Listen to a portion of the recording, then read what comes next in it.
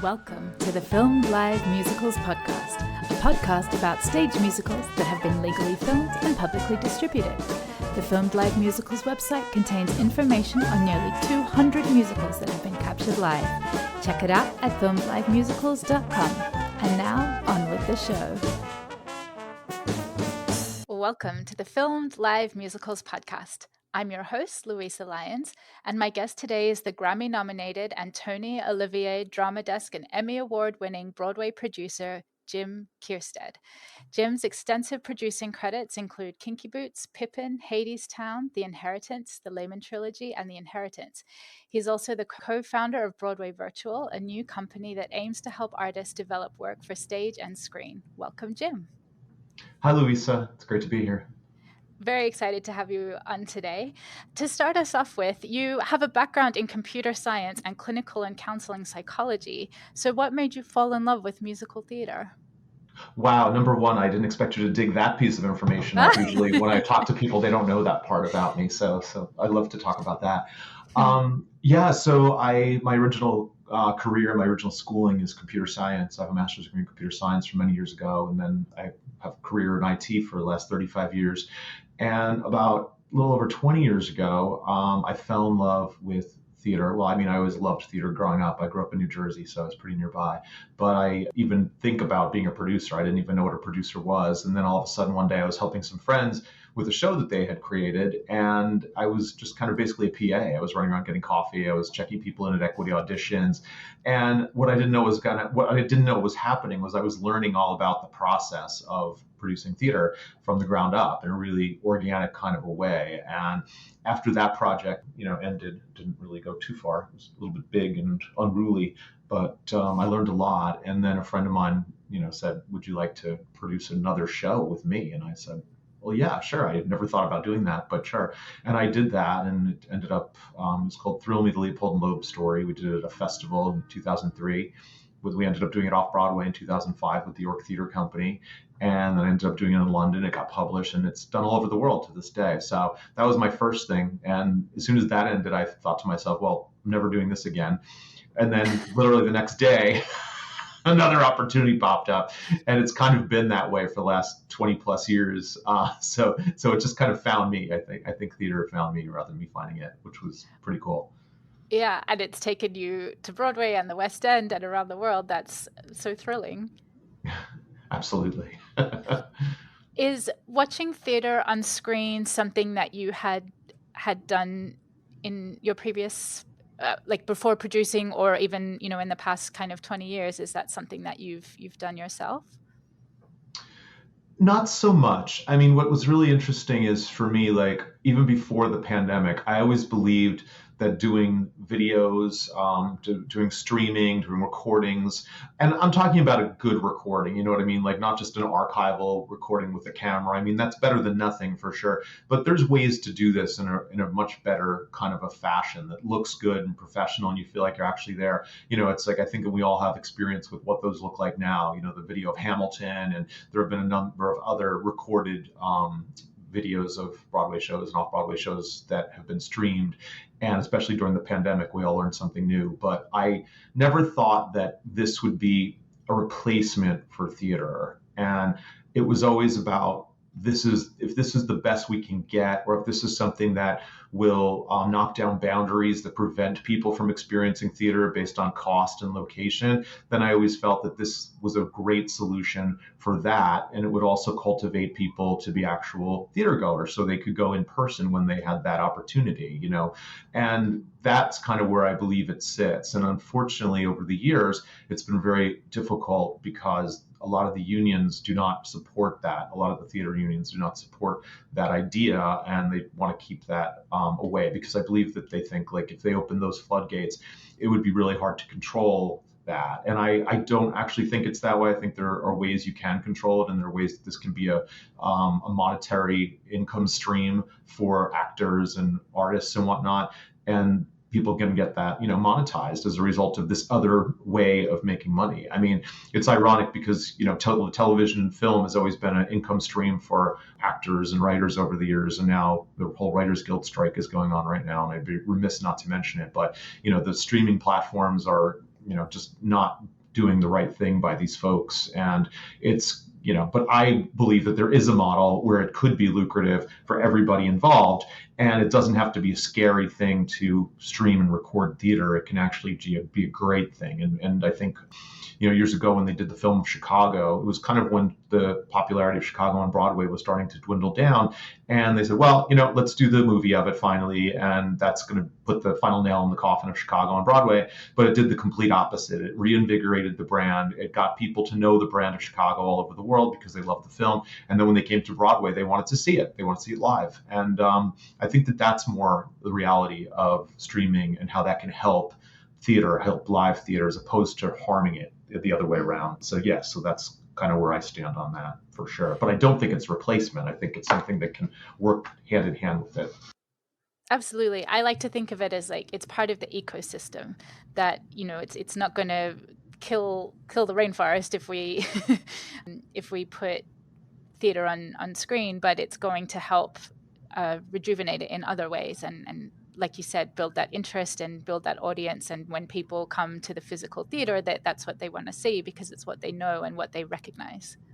Yeah, I completely agree with you. Well, theater is like a living, breathing organism. And when it's not running, you basically don't have anything. It's not a film, right? Where if you've got a film and it's done and it's edited and it's out and released, you've got it forever. But theater is not. I mean, theater is only as good as when it's being performed. Otherwise, you don't really have any kind of memory of it, And so I think that the idea of being able to create a really good video and get it streamed and get it out there and, not do it for free and not be disrespectful of the artists involved. Obviously, they need to be paid for their work and all their art and whatnot.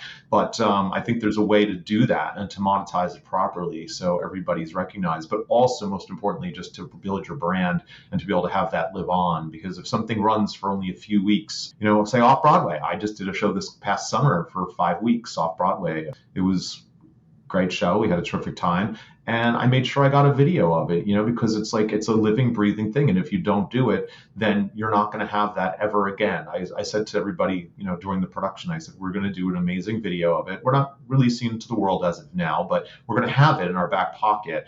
And I wanted it because I said, we are never going to be all together in this configuration ever again. This is never going to happen. And we have to record this and memorialize it so we don't lose it. And, everybody kind of got it, but you still have to tell people that because it's still a little foreign to them. They're like, oh, we're going to do a video. Oh, we're going to do a video. Okay.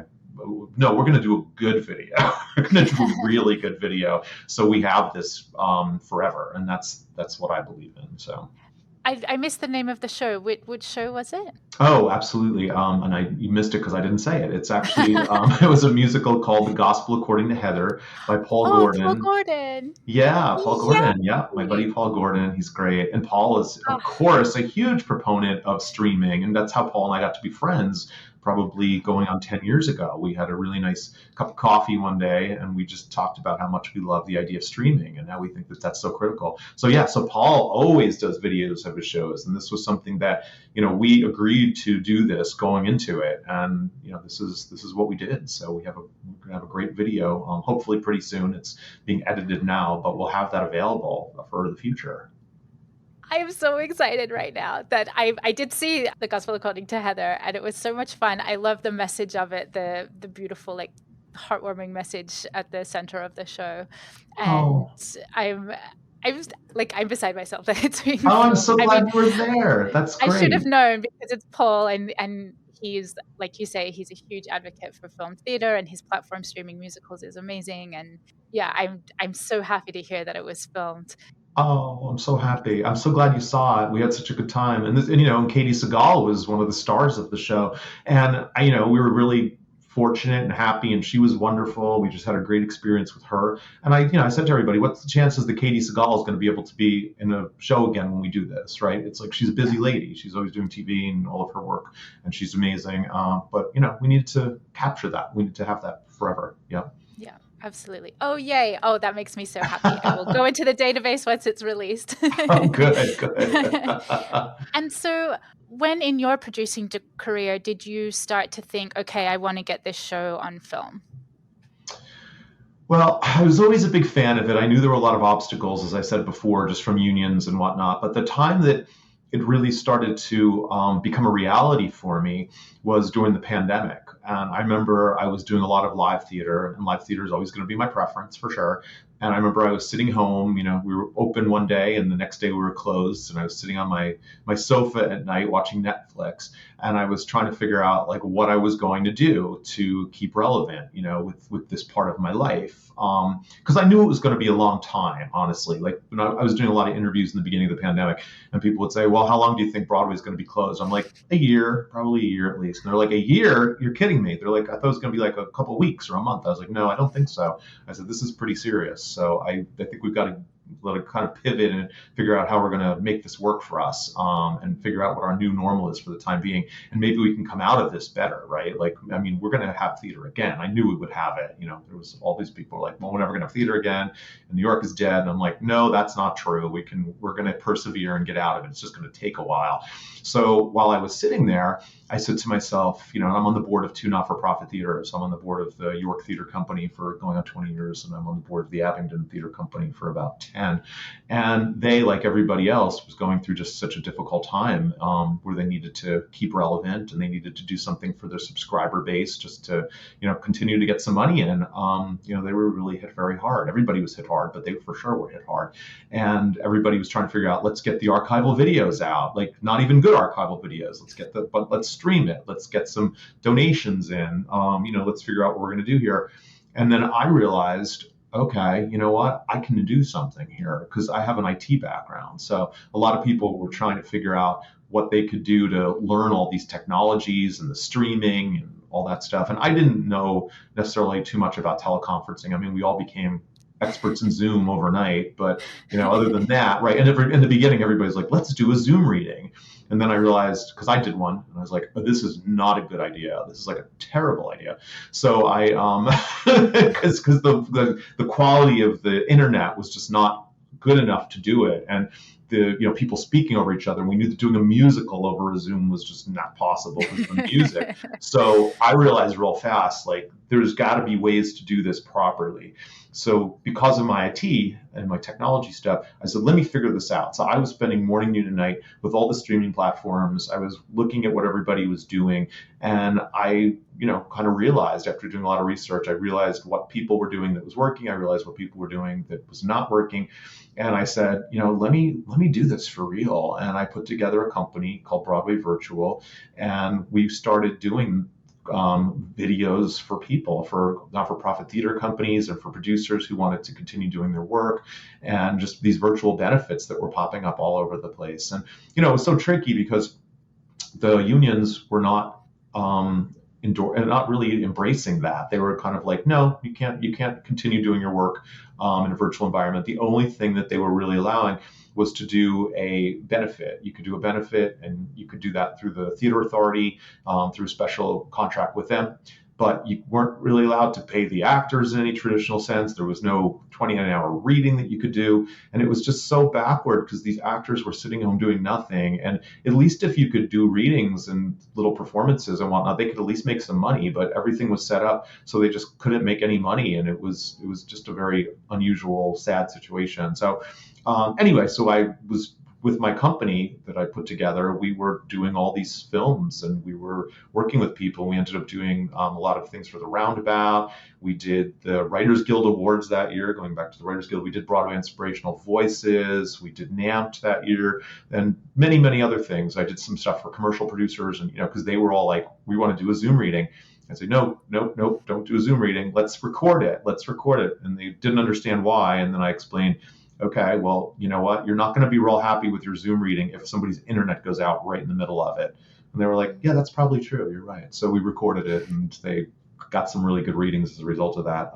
But yeah, I loved it because it was an educational process, and it just allowed me to kind of do something to keep being productive during that really difficult time and try to help out these other folks who were suffering a little bit. So yeah, that's why I started all that. You mentioned the unions a couple of times and like the difficulty, the resistance from the unions of allowing these films, allowing these virtual events to happen. What do you think is going to make the shift to allow us to like broadcast more live theater, to either stream it or film it in the first place? What do you think is going to make that shift happen? If the pandemic hasn't really like shifted the needle, what do you think is going to make that happen? Yeah, I agree with you. I think it's going to take a little bit of lobbying, and really to come up with an actual plan of attack, and then also have the members stand behind it. Because I think until the members really stand behind it and say like we want to do this, then it's going to be really hard. We did have some movement. Like, what's real unfortunate is, so as I told you, I did my archival recording. Now that's not for the public for off-Broadway, because in order to do that, to put that up on streaming, it's very expensive to do that. And it's not even about giving these people royalties as people start watching it. It's really about a lump sum payment up front, and it's a sizable lump sum for everybody. So therefore, this is why a lot of people just don't do that for these smaller shows.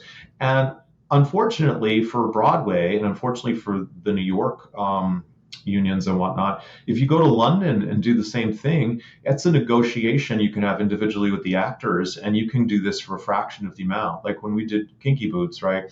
We didn't record it for Broadway. I mean, there's an archival video at Lincoln Center, but it's not for public consumption. But when we did it in London, we did do it. That's where we did the video, and that was released in theaters and it's released for streaming. So unfortunately, we weren't really allowed to have our Broadway cast in the video that was released for Kinky Boots, and we ended up having the London cast, who were fantastic. I mean, I'm not taking anything away from them; they were great. But it did start on Broadway, and we do have Tony-winning performances and all the things that we got out of that run. So it's just a shame that the people of the New York actors weren't allowed to share in that, and it by default had to go to London just based on the expense of it all. I think there's going to be missed opportunities that people are going to experience because of these difficult rules and whatnot. And I think if people can start realizing there are ways to have this work, and there are ways to have people paid properly and to keep tabs, right? Because I get it. They don't want these videos to get out there. It's like the wild, wild west, right? So like they don't want it to get out there and be like, well, nobody's getting paid. Nobody's going to go to see the show. It's tricky, but I think there's ways around it, as long as there's this kind of a rule in place, as long as there's an actual strategy.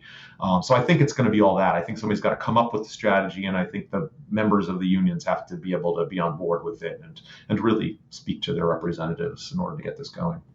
Yeah, and I think what's happening with the Writers Guild and the SAG strike right now is like really important for filmed theater because, and Paul Gordon talks a lot about this, that the model, like the Netflix model for theater doesn't work. Like the artists lose out. But if we can have like the pay-per-view model where people are paying per stream, and then a cut of that can be meted out to the creatives, and it works out not being very much if you're paying $7.95 per stream. Like that doesn't go very far. But when there's a million people doing that stream, it starts to add up. So I think I hope theater is paying close attention to what's being negotiated right now, because people are talking a lot about AI and virtual, how that will impact film, but it's going to impact theater too, and those models will need to be looked at when we talk about how do we distribute filmed theater. Oh, 100%. I think you're totally right. Yeah, I mean, there's definitely ways to do it, but there's a lot at risk, right? I mean, we're living in this time with AI that you just mentioned. I mean, that's I don't even know what's going to happen with that. It just seems like that technology is expanding by leaps and bounds, and I have to hope that some computer is not going to be able to think and write the same quality work as a human, and all the the ingenuity that people have, as opposed to kind of stringing together some concepts from the internet and all this data. But if it's pretty close and it becomes really inexpensive, it's very easy for people to make that compromise if you're trying to save money as a producer of television and writers and whatnot. So it's not a good situation all around. And I'm sure that the same thing is happening with musical theater as well. I know they did some musical in London that was all AI based, and we'll see what happens. But yeah, it's a real shame if that sort of thing happens. Yeah. Speaking of London and going back to Kinky Boots a little bit, what was the process leading to filming Kinky Boots live in the West End? Well, what they wanted to do is they wanted to obviously do a film and capture it that could be released, and they just knew that to do the Broadway version would be like just cost prohibitive. So they went to London, and it was a fraction of the cost, and it's a beautiful video. The people in there were terrific. It was a great production, but it just wasn't the Broadway one. So yeah, unfortunately, a lot of people have to do that. And I've been getting similar things. People have been saying to me like, well, do your show in London and record it over there. And I'm like, I don't want to just throw in the towel though, because I really love what we're doing here, so I think there's room for both, but we just have to have the cooperation of everybody, otherwise it's kind of like, all right, well, we'll forget about the poor actors who did all this hard work in New York and go over to London and do it. Yeah, I think, there is something to be said for filming with like the original Broadway cast, like the people that originated the roles, and there's like replacements are fabulous, and like that's not to say that they're a second-rate version, but there's something like there's something about watching the person who created the role being able to see that performance and have it recorded for posterity. And I love that Kinky Boots was filmed by Broadway HD, who are just masters of capturing live theater. What was were you part of the negotiations for like how it would be captured and what that process looked like? I wasn't that intimately involved with it. I mean, I'm a co-producer on the show, so I was a little bit arm's length, and I certainly saw the opening, one of the first screenings of it, and I loved all that. But that was done by a different group who kind of spearheaded that whole initiative, which turned out great. It's a beautiful video. It is a gorgeous video, Mm-hmm. and during the pandemic, the Yank had its 10th anniversary concert at 54 Below, and there was also the fundraiser for Broadway Cares Equity Fights AIDS with the reading of Elegies for Angels, Punks, and Raging Queens, which was also streamed live. Can you speak to either of those productions? Yes. Oh my gosh, you really did your research. Thank you. So anyway, so we were talking how I got into theater, and one of the reasons I got into theater was because in the late '90s, Sideshow was on Broadway, and that show, like, I don't think I ever felt. I mean, I felt close to shows over the years, but that show was probably the first one that made me be like, I need to be part of this world, not just as an audience member. And I got to be very good friends with Bill Russell and Henry Krieger through that experience. And, Bill and I have collaborated on a number of things over the years. And one of the things was a show called Unexpected Joy that I started developing with him back in, I think, probably 2012. We started doing that over at the York Theater Company. So we did a bunch of readings of that, workshops. I did an out-of-town production in 2016 in Wellfleet, Massachusetts on Cape Cod. And then we did it off-Broadway in 2018 with the York Theater Company. And then I did it later that year over in London at the Southwark Playhouse with my producing partner over there. So we had a really fun, exciting time with that. We did a cast recording that got published by Concord, Samuel French at the time, but it's Concord.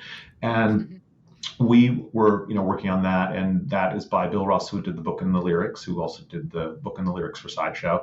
And he did that show with his longtime friend and collaborator, Janet Hood, who wrote the music. And Janet and Bill had written a number of other shows together, one of them being Elegies for Angels, Punks, and Raging Queens, which is, it's like, it's always hard to describe that show, but it's this really wonderful, it's verse, and it's all about, the AIDS crisis, but it's verse, it's songs, it's it's when they do it, it's usually got to be done as a benefit because it's 51 people involved in that show, and it needs to be that magnitude, which is a very difficult size of a show to produce in any kind of a big ongoing way. So it's usually done as benefits or from universities where you can have a lot of people in these roles, but you're not going to be paying them, or at least on a regular basis. So anyway, the show had been done off-Broadway many years ago. It had been done in London. It's been around, and it's pretty well known, and there's a lot of pretty popular songs in the theater community from that show. So when we were doing, we were in the middle of the pandemic, Bill and I were talking, and he was like, I've always really wanted to do a benefit or a virtual benefit of Elegies. And I was like, well, now's the time. Why don't we do it? So we put it together, and it was pretty incredible. We streamed that for Broadway Cares, as you said, and we made some money for them, which was great. But it's 51 people, which was no small feat, and they edited it, and Justin Ross Cohen directed that, who's a longtime friend of Bill, and we got that out there in the world. It's Nathan Lane and Brooks Ashmanskas and Getty Burstein and just a big, huge group of Norma Lewis. Yeah, we had a really great group of people do that show, and I'm very proud of it. And I think Bill's real proud of it too. We had a terrific time, and the response was great.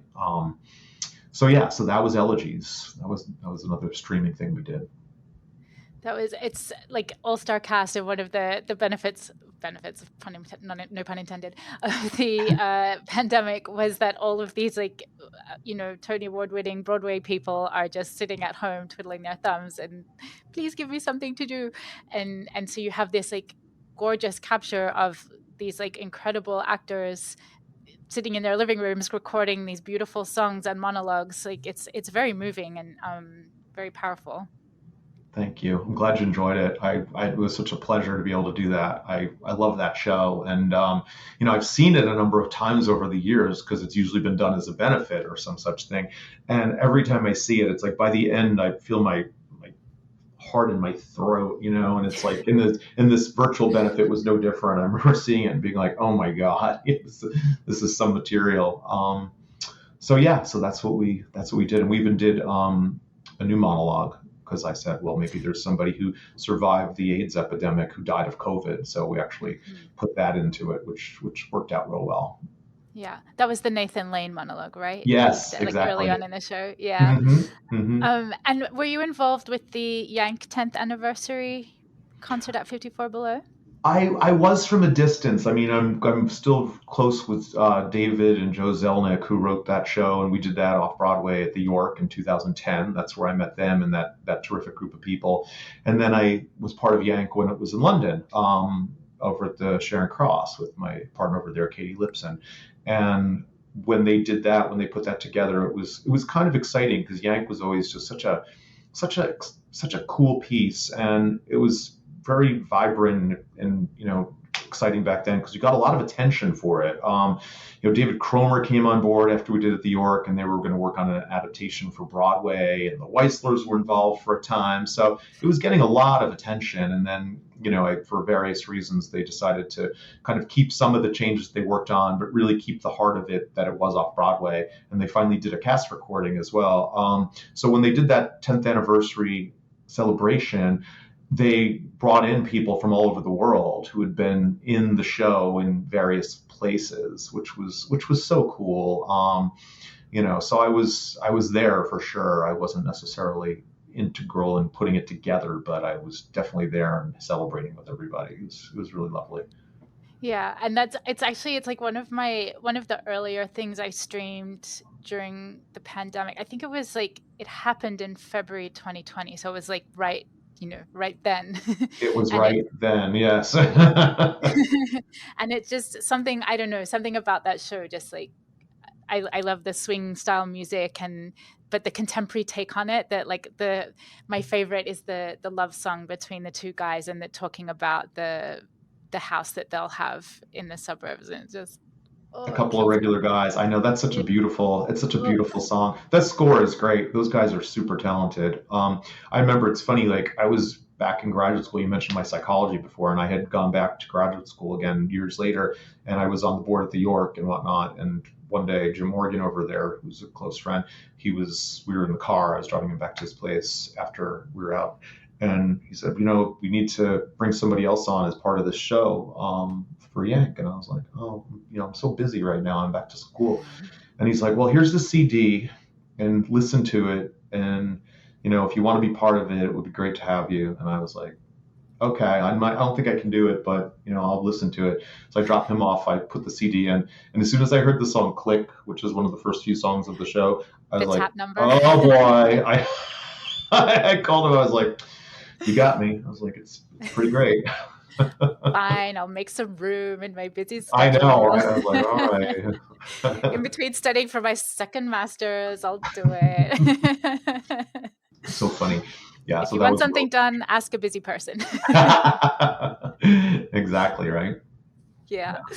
What do you think that theater can learn from the tech world? Well, I love that question because over the years, since I have a really long tech background and I have a long theater background, normally what I learned was the tech people don't want to hear anything about theater, and the theater people never wanted to hear anything about tech. Theater people don't tend to be very technologically savvy, and tech people don't tend to be very theater savvy. So it would sort of be like if I would put on my theater hat and I wouldn't really talk about my IT stuff, and when I was putting my IT hat on, I wouldn't really talk about my theater stuff, because they all would think it was strange too, right? They'd just be like, wait, you're producing theater, but I thought you did IT. And I'm like, I do both. Like, that's unusual. Those are two different things. I'm like, I know, and I like to do different things. But what I think happened during the pandemic that was so exciting is everybody, like I said before, got this crash course in Zoom and streaming and teleconferencing. My parents, oh my gosh, they would never have known how to use Zoom, but we all learned how to use Zoom. I mean, for a while, their heads were cut off of the screen and all that, but they figured it out, and like everybody else did pretty much, right? We had to learn it. So I think all of a sudden, these two islands that were very far away from each other became close. And I think that because they became so close, everybody was now all of a sudden, there was no aversion any longer to the other, right? So I think theater, now the people are a bit more tech savvy. I think that, they're not afraid to do their camera and record themselves. And, I think that's so interesting because a lot of auditions now have stuck with being recorded. And that was something that never happened before. When we did the auditions for Heather, we did a lot of video submissions. And what I love about it is, you're using technology as a tool to help. It's not to replace in-person work. It's a tool that's going to help bring people together. So, we were able to see people's auditions. The show wasn't for maybe a couple months, but maybe some people were away. Maybe they were on a tour. Maybe they were in LA doing some work over there. And because they could submit remotely like that, we could include them in the running for the casting. And we did actually, hire a number of people from their videos. And we wouldn't have normally been able to do that if it was only in person. So I think it opens up a lot of worlds and knocks down a lot of boundaries. So even something as simple as audition submission, it's great. And I know that there's some different schools of thought from actors and people about auditions that are submitted like that, and if they're getting the full attention. And unfortunately, that's just going to happen sometimes just because people have different personalities. Like everybody I work with is very respectful of actors and their time and their talent and whatnot. So we will always give everybody like the full attention that they deserve. But yeah, I mean, you're going to get your good and your bad in all places, I guess. But I think that the technology coming together has been a positive at the end of the day, just because it's knocking down boundaries. I know one time I did a reading. This was toward the beginning of the pandemic when I was still doing Zoom readings without recording them, which I learned the lesson on that. But we had Kevin Chamberlain, who was in LA at the time, and we had somebody else, the writer was a Peter Quilter play. He was in Spain at the time. And we had all these people from all over the world on this reading. And it was like, how could you ever do that, right? I wasn't going to fly somebody in to be in this little reading we did, but he was able to be in his living room at home, and Peter was able to see his play read when he was in Spain. So it was pretty cool. Yeah. So that's what I like about the technology for sure. I love for audience members too, like how it opens up doors to seeing theater from where you aren't. So like I've loved streaming stuff, not just from New York, but from the Philippines and Australia and England and Germany. Like there's content happening all over the world. And what's so exciting about the availability of it is that it makes it easy for anyone to access if you have an internet connection and a computer. Yes, absolutely, absolutely. Yeah, and I mean to hit this again, I mean I kind of said it before, but we also had our eyes opened up a lot during the pandemic about diversity and inclusion and all these really important topics that, like I always said when these would come up and I talk about them, I'd be like, I don't think anybody, I mean, most people at least, I don't think most people set out to exclude people. I don't think that that's the way the people are in our business specifically. But I think that there's also a negligence, right? Like just because you're not setting out to intentionally exclude somebody, you're also not setting out to intentionally include them. So therefore, people who have maybe not traditionally been a part of the conversation or this world, it's hard for them to break through. There's a lot of glass ceilings in this business. It's a big business, but it's a small business at the same time, and it's about relationships that get formed over a lot of years. And I think that anything that is exclusive of people enjoying theater is not a good thing, right? Because it's for everybody. It should be for everybody, not just people who have a lot of money and not just people who live next to a theater, right? So living in New York, we're spoiled, right? We've got theater all over the place, and it's expensive. The ticket prices go up all the time. If you're a person who's, making minimum wage or whatever, it's really hard to afford this stuff. And it's also hard to get there if you don't live near the place. So if you can open that up to people who do not have the money to go to the theater on a regular basis and who do not live by a theater, who maybe would never get to see it, by being able to do the streaming and allowing the technology to include them, it's just building more theater goers for the future. It's just educating people who may have thought in the past theater was not for them, that was not made for them. And we're trying to teach them that it is made for them. It's made for everybody. Yeah. And how much of what discussions are there in the IT world about making technology accessible and making it equitable for people to access? Like, I'm thinking of like the cost of virtual headsets, or even just the cost of having a computer, and how can we make the access to the technology more equitable for people?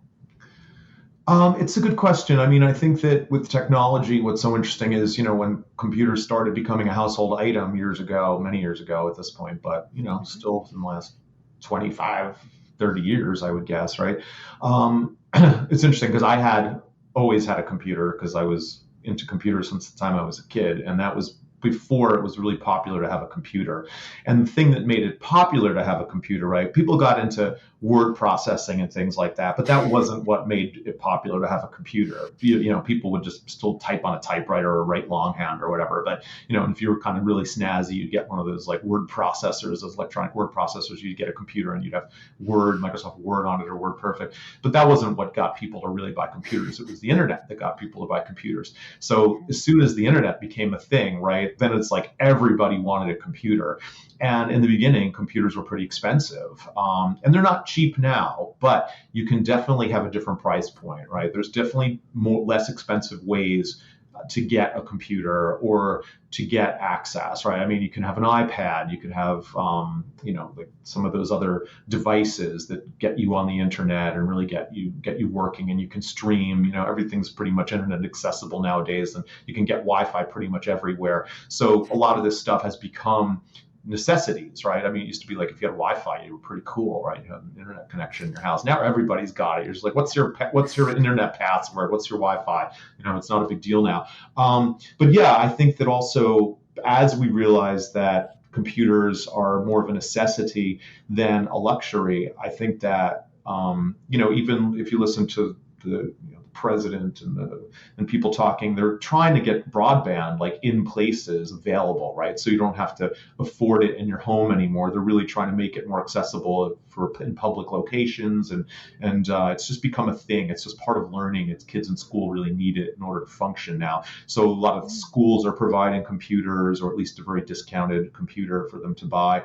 So I think it's happening, right? I think that access to computers is happening. I mean, and now, pretty much, I mean, most people have a phone, right? Like kids are on these phones, and it just makes me always laugh because years ago, right, it was always about the radio. Like, I mean, many years ago, people would listen to radio programs, and then it was like, then you got a TV, a little tiny TV that the whole family would look around, and then you got a bigger TV, then you got a gigantic TV, and now all of a sudden, people are looking at their phone again and listening to podcasts. So we've gone the full circle. Like kids like watch TV on a phone on a little tiny screen, and we spent all those years getting a big screen.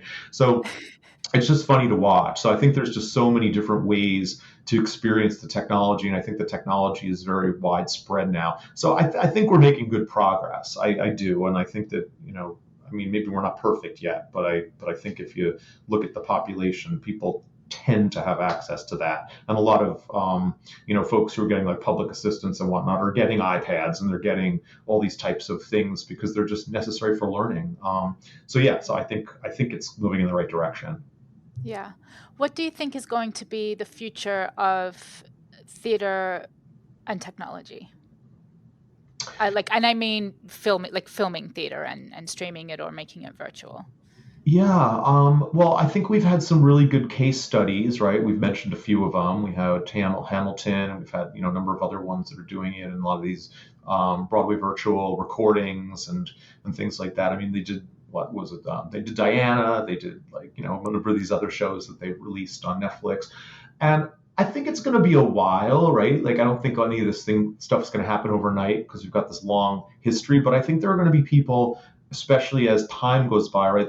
The theater is still skewed a little bit older, right? There's this old guard in place that has this tradition of how theater is supposed to be, and people are, new people are coming in, right? So it's going to take a little time, but I think when a new group of people come in, they're going to be like, yeah, we have to stream this. Yeah, we've got to do this. We got to get this accessible. We want this to the world because it's another market that's totally untapped. And I think, quite honestly, it's like this is commercial theater. And I think commercial theater means people want to make money. And I think people can make money in a responsible way, and they don't have to, make money off the backs of other people. I think there's enough to go around. I think the artists need to be paid properly. I think that, the audience is there to support. And I think as it becomes more of a household thing, right? I mean, now the number of shows you can see on a streaming basis are very limited, right? It's not that many. But as soon as that library starts to increase over time, even if it's a little bit here and there, I think that dam is eventually going to break, and it's going to be a common thing to do. Remember, like when MTV came out and it was like the music videos, I was like, oh, music videos, what's that? That's kind of fun. And then it's like you had to have a music video, right? Every single had a music video, because what would you put on MTV to support your work? And I think it's going to be really similar here. It's just taking a little bit of time to get some of those old ideas like zhuzhed up a little bit for the 21st century. But I think we're going to get there. It's just everybody's got to kind of work together, though. Yeah, and I think like what's exciting for me is that like I started researching filmed live musicals like 10 years ago, a little over 10 years ago, and there, PBS and Great Performances had an amazing catalog of shows over time that they'd amassed, and there is a lot of content out there, but we don't know where to find it. There's no centralized place for it, and that's my hope with the database, is that I can show people like how much content there is out there, and that we just need an easier way to find it and access it, because right now it's all over the place and people don't know where to look, and so they're like, oh yes, I know Hamilton exists, but also there's literally I have a back catalog of over 400 shows still to add to the database. There's tons of content out there, but we need to know where to look and how to find it. And so that's what I'm hoping with my website to do, is to help people find that content. Yeah, we need you. That's really great. I saw on IMDb, I got a little thrill of excitement. I saw that Be More Chill is in development. Oh yes. That's been in talks for a while. I believe that's moving along, which is exciting. So yeah, I love that. And that's a different thing, right? Because that's actually like a movie version, right? So it's different than this capture of a Broadway show. There's like kind of like Dear Evan Hansen was and Wicked, and I think we've had a longer tradition of actually doing a film version of a hit show. But the difficult part is that's usually because it's a hit show, not just any show, right? And you're not making the show a hit because you're doing that film version. In most cases, you've already got a hit and now you're turning it into a film. So I think it's fun. It's like a cousin of what we're talking about. But our thing that we're discussing with the streaming of the live capture is a little bit more like, hey, we're going to brand this show. We're going to get people to know what this show is. And those other ones is like, yeah, like people know what. I think a lot of people know what Be More Chill is, and they certainly know what Wicked is, and they know what Phantom of the Opera is, and some of these other ones that have been actually a movie version of that work, which is exciting. It's a perfect show. I'm always like, no, don't make the film version, just film the stage version. But with Be More Chill, it's like perfect for the things that you could do in a film version versus what you can do on stage is very exciting to me, especially like with that particular show. Absolutely. I couldn't agree more. It should be a lot of fun. That's a great score too. Joey Conis is such a great musician. So much fun. So this brings us to our final segment called My Favorite Things, where I ask you my favorite questions. These are a few of my favorite things. Oh, cool. To start off with, what is your favorite musical? My favorite musical, I would have to say, is Vita. Ooh. Yes, with Sideshow right up there at the top of it too. But I think that Vita was one of the very first things that I saw, and it was sort of like a life-changing thing for me. It made me want to see a lot of theater, and then Sideshow was another life-changing thing because it made me want to be part of theater. Who was your Vita? Oh, I saw it with Lonnie Ackerman, actually. Ah. Yes. Yes. I mean, I saw a little Into the Run. Fun fact, I saw the first Broadway show I saw was Annie, and I saw it with Sarah Jessica Parker playing Annie. Oh my God. Oh, that's a cool first show to see. Isn't that fun? Yeah. I love that. Is she imprinted in your memory in that role? She is, and it was so fun for me because I got to, see that career that she had over the years, right? I mean, she was in that. I think the first thing I ever saw her on after Annie was Square Pegs. I'm sure she's done other things, but that felt like the first thing she was starring in that TV show.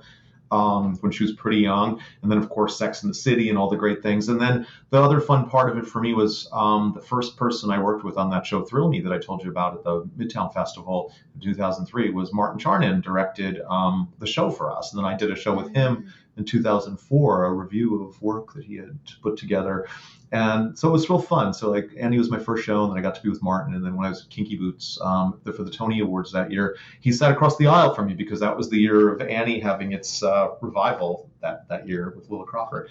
So it was super fun. It was just nice. Anthony Warlow as Daddy Warbucks. Yes. Oh my gosh. Oh, I love those full circle moments. That's really that must have been such a surreal being at the Tony Awards as a producer and winning at the Tonys as well. That what that must feel like. It was crazy, yeah, because it was 10 years after I met Martin. We did that show in 2003, and Kinky Boots was at the Tonys in 2013. So those 10 years were really interesting. It was a fascinating 10 years, and I hadn't seen him in a while either. And there he is with his new wife, and they're sitting right across the aisle from me, and we have a fun picture of ourselves together. Martin was really an interesting, special man. I love that. Very beautiful. Do you have a favorite filmed live musical? Yeah, let me see. I have to tell you, I'm always a fan of the Rocky Horror Picture Show. That was a strange experience. I remember when I saw that in the theater for the first time when I was a kid. I saw the movie of it before I had seen it on the stage, but I went and I was like, what am I watching? What is this crazy thing? I was 13 years old and I saw that show and I was like, what am I watching? And then after I saw it a few more times, I was just in love with it. And then of course I've seen it on the stage a bunch of times too. But yeah, that's Have you ever been to the midnight screenings with the? Oh yeah, that's what I did. When I was it was I think I was in seventh grade, so I was kind of young, and I went with some other people to see one of the midnight things. I grew up in New Jersey, and we went to see Rocky Horror, and I was like, what am I watching here? I love the Sound of Music sing-alongs. They're really fun too. I love that too. Yeah, I'm a big Sound of Music fan too. That's such a good show.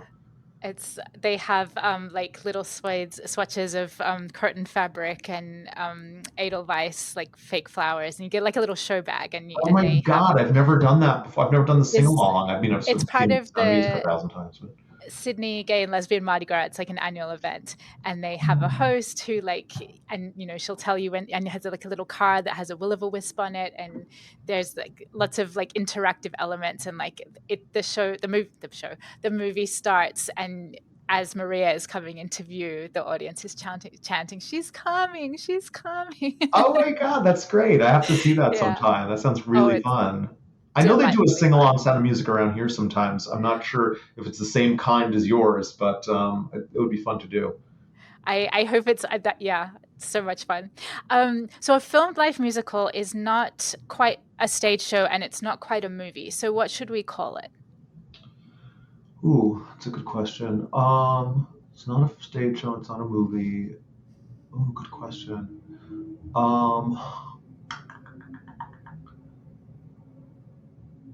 What are some of the other answers you've gotten on that? I'm curious. That's a good. Well, like things that we call, it's like pro shot, capture, transmission, broadcast. Oh, I see. I want to come up with a fun name. I think there should be a fun name, like a movie, right? A movie's a fun name. Yeah. Stream could even be a fun name, but yeah. I don't know if I mean, anything too technical. I guess that describes it, but I think we could come up with a really cool name. I'll think on that one. If you think of it, let me know. This has been my life mission. It's a very good question. What do we call this? Yeah, great question. Thank you. Where do we stand on bootlegs? Oh, well, here's the tricky part on bootlegs, right? So bootlegs are a fascinating animal because it ties very well into this issue with the union not allowing captures and them to be sold. So what happens is we do bootlegs, we do illegal bootlegs that happen to be a very important part of our industry because there are people all over the world who want to direct a version of a show that they're licensing for their theater, and they don't know what it looked like, and they don't really. And yes, they should make it up themselves, of course, but that's not the reality. And they want to get an idea of what it looked like originally, even if they do their own version. So they go get a bootleg. And I'm like, guys, you're missing out on a really valuable opportunity here. So people are always going to do bootlegs, and people are always going to want to buy bootlegs. But you could actually do it properly if you'd allow people to do it for a more reasonable value, and then people could buy the real one, so it's once again, it's like pot being illegal, right? It's like people are still going to smoke pot, they're just not going to do it through a proper channel, and they're not going to, the government can't get their taxes from it, so it's unfortunate, but I think it's a necessary part of the industry, and it's not going to go away. I mean, technology is getting better and better and better. You can go in, I mean, it used to be you'd have to go into the theater with a video camera smuggled in somehow. Now there's like all these things you can do, all these devices. Nobody will even know you're recording the show, and they're actually very good quality for what it is. So I think it's illegal, but it's going to be done. Yeah, a symptom of the problem rather than the problem itself. Absolutely, yeah. Yeah. What stage musicals do you wish had been filmed? I wish Sideshow was filmed. I would love to see Sideshow. I think what was interesting about it is I was part of the revival. So as I said 5 times now, the original one, when it was on 1998, was one of my favorite things, and it really inspired me to want to be a part of theater. So then when it was revived in 2016, I was a co-producer on that show, and I was super excited, and Bill Condon was the director of it. He had just done the film of Dreamgirls, and sadly, Sideshow didn't do any better the second time than it did the first time, so it closed very quickly. It's still a fan favorite of many people, myself included, and I think that if it had done better, Bill would have done a film version of that with him writing the screenplay and directing it and whatnot. But I don't know. Maybe he'll still do that someday. I know he loves that show as much as we all do. But that's a show I think could be an incredible film. So I'd love that. That's a show that I wish, like, one of my dreams is, like, I'm old school, I love DVDs, and I wish we could have box sets where you have, like, multiple casts, so, like, that you could see, because, like, so many great women to play those roles, and, like, give me all of them. Absolutely. Oh my gosh, it's so true. I know, like, they were, like, thinking of their dream cast, and they're like, wouldn't it be great if Lady Gaga could play both roles? With the magic of film technology, right? Oh my God. Now, what if you had Lady Gaga and Taylor Swift? Oh yeah, well, I think you Can you couldn't say no imagine? to that. That would be You would tremendous. think of the ticket sales. Exactly. Oh my God, yes. Oh, but, I mean, the fees would be outrageous, but It might be worth it though, yeah. a little bit. What would you like to see filmed in the future? So some more musicals, you mean? Yeah. Film? What would I like to be filmed? Well, I'm part of Hadestown. I'd love to see that filmed. I think that would be super cool. Please. I would love to see The Inheritance. I mean, that would be one hell of a film, one hell of a long film, but I think that would be a great film. I love that show so much. I am also part of, well, I'm part of Sweeney Todd. It would be really fun to have a version of that. I mean, this is such a fantastic cast and such a beautiful production. And I'm also part of Please film it Titanic. on stage. Oh Yeah, my God. I know they should. And I'm part of Titanic. And that is like one of my guilty pleasures. It is one of my very favorite things I've been part of in the last years. And I've seen it probably like 12 times so far. And I think that could actually make a really fun film too.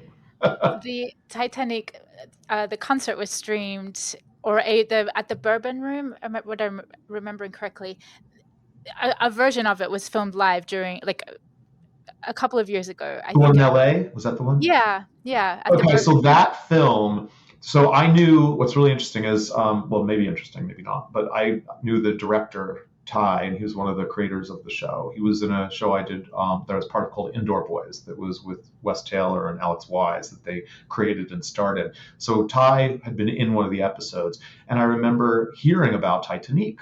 So I was like, I just happened to look on Facebook, and Ty had it on his Facebook, and I was like, oh, he's part of this. That's really cool. So I wrote to him, and I said, is there any way I could see this? And he said, yeah, I'll send you like a super secret link for that concert.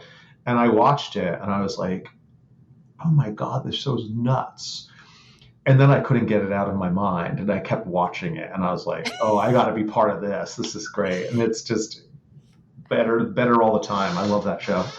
I haven't seen it since it opened off-Broadway, but I was obsessed with that capture. You must go. Funny. You must go. You'll have the time of your life. It started out at that asylum on 26th Street in Chelsea, and it was this little club underneath the Gristedes, and they even made a joke about that in the show. And it was just this fun little space. And when it moved to the Dower Roth a while ago now, I said, oh, I hope it doesn't lose the fun grittiness of being in that little comedy club. And it hasn't. It's even better. It's so good in the Daryl Roth. So I highly recommend seeing it. You'll have the best time. We'll add it to my list. And I interviewed one of the original cast members, Jalen Steele. We actually worked together at the Lyric. And what's funny, it's Lyric Theater Day. Sarita Armani Nash was in Heather, a gospel to Heather. Yes, I love Sarita. Oh my gosh. So if I can get my box set, I would love to see her in the role of Heather. We all would. We didn't get to see her, but she's so great. She was off that night. I didn't get to see her, obviously because she was the understudy, but I would love to see her in that role. Me too. She's spectacular. She's doing a concert coming up really soon at the Green Room, I think. I'm going to go see her in that. She's going to sing one of the songs from Heather, in fact. Yeah. Oh, I'll definitely be. The Green Room does such amazing streams. They stream most of their concerts each week, and I promote them in the newsletter. So I'll definitely be promoting Sarita. That's really great. Oh, beautiful. I love her. Final question. Where can we find you online? Oh, thank you. So I'm on Facebook and Instagram and all of the usual places under my name, but you can also go to kiersteadproductions.com, and that's my website, and that'll kind of have all my current shows I'm doing and all that. And if anybody's interested in being part of my newsletter and kind of being kept up to date with what's going on with me and Broadway and all the other stuff, feel free to write to me at kiersteadprod@gmail.com. And I will add you to my mailing list. Fabulous. Thank you so much, Jim. It's been so much fun chatting with you today. Thank you, Luisa. This has been great. I've had such a good time. Boy, that time flew.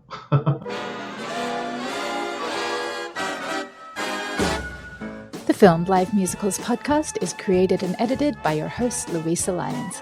FilmedLiveMusicals.com features information on nearly 200 filmed stage musicals from around the world and dating back to 1938, a weekly newsletter with upcoming streams, and this very podcast. You can follow us on Twitter, Facebook, Instagram, and YouTube, and make sure to sign up for the weekly newsletter to have upcoming streams delivered straight to your inbox. Filmed Live Musicals is financially supported by Josh Brandon, Geraldine Brewer, Belinda Broido, Andy Capone, Elliot Charles, Rachel Esteban, Mercedes Esteban Lyons, Hannah Graneman, James T. Lane, Jim McCarthy, Allison Matthews, Al Monaco, David Negrin, Jesse Rabinowitz and Brenda Goodman, David and Catherine Rabinowitz, Joe Tillotson, and Beck Twist. If you would also like to support the preservation of the history of film stage musicals and the creation of one easy place to find them all, you can now make a tax-deductible donation to Filmed Live Musicals via The Field. Visit filmedlivemusicals.com to learn more. I hope you've enjoyed this episode, and thanks for listening.